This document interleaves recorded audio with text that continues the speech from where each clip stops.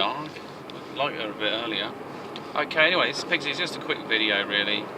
I was doing some research on inflammation, and I noticed if I drink black tea on its own, and I've had a gap of liquids as well, so I haven't had liquids for a while, so I've had black tea, I find that I'm able to sort of pee, maybe I go for a wee about an hour or so later.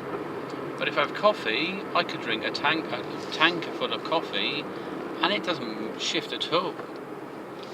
And I think one of the things, it could be coffee on its own, maybe that causes a few issues like inflammation, and that may be in the bowels or somewhere else that's not allowing me, or maybe liver, just the processing in the liver, it's not allowing me just to go wee as fast as I would do with a black tea.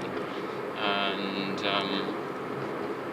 I think there's a video, it's Thomas Delaud, I can't remember his surname to be honest off the top of my head, and yeah, he does a lot of these fitness things, and he was sort of saying about positive things about tea, and that just got me thinking about it really, just on the back of what he was saying. And so basically I should try to shift from having coffee to more tea, and also milk. You know, they might say a splash of milk, but if it causes inflammation, no milk if possible, because you've still got that risk of it. Once you start a cycle of inflammation, I think it will last up to possibly 12 to 24 hours before well, it depends how long it takes you to go to wee. You just measure how long that is. And if that's a result of something you've eaten, it's taking you 12 hours before you've gone for a wee, then there's an issue there. But there's other things that trigger as well. Sugary stuff can cause issues. I think it's why people have diarrhea. It comes out the other way because they can't filter it out the other way. So overload them with sugar and then you have the bloody shit themselves, you know. And that's been a problem with some of my clients where they've had inflammation and are unable to get rid of the fluid amounts. They've had an arse piss basically. They've had a lot of wind and they're just passing fluid through the backside. So it's not really so great. Anyway, it makes me more aware of it, because you cannot, I mean, you could do a scientific study, but if you give a man a cup of coffee and then 3 hours later you give him a cup of tea, you won't get the results, because he's in such a short window, he's still under the influence of the coffee. And if he's having milk and he's inflamed, that might take a while. I think inflammation, once you hit a certain reaction to it, that's probably going to be a good 24 hours. I mean, you think about if anybody's entered into an OMAD or done any sort of intermittent fasting, the first thing that drops is what's probably your natural inflammation level, whatever it was, because of what you eat, your behaviour, your food behaviour. And so often people notice a big change in a short period of time, and that is just due to this change, just a slight change. So you know, your faces are so fat and inflamed, and your glands are not up anyway.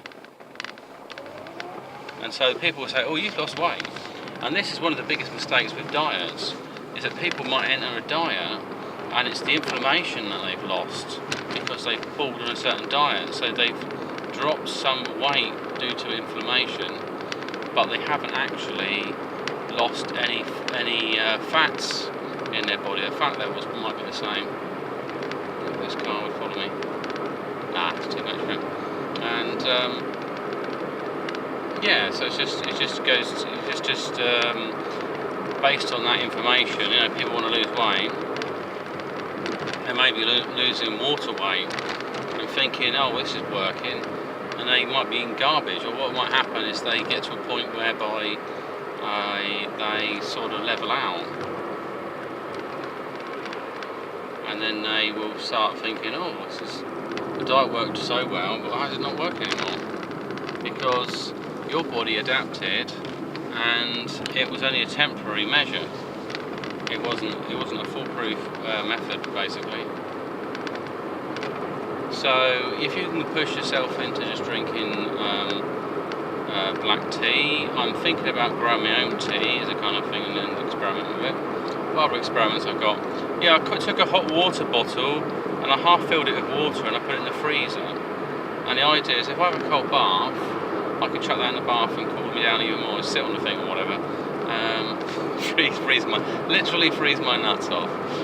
Yeah, so it's also rubber sealed, but they've had a number of, I mean, you could have it that you wouldn't, if you wanted a cold treatment, you could use a load of, there would be cold water bottles, and simply along with the valves in, and you just push out the air, so that when they swell up the water, the shape of it in the rubber water bottle, it's not going to cause it to push out of the air pressure or anything, to leak.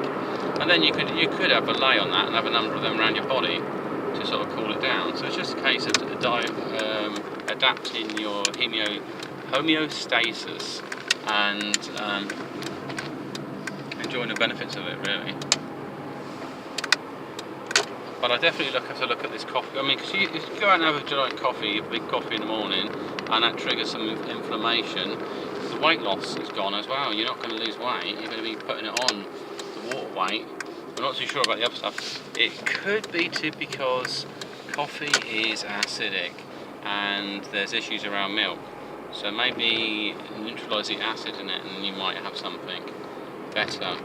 But then tea, there might be some issues there, but I haven't. Like I said, I mentioned on 2 occasions, I've had some tea, and within so many hours I'm weed out a cup at least, or at least something's happened anyway. Business as usual. So then no issues there.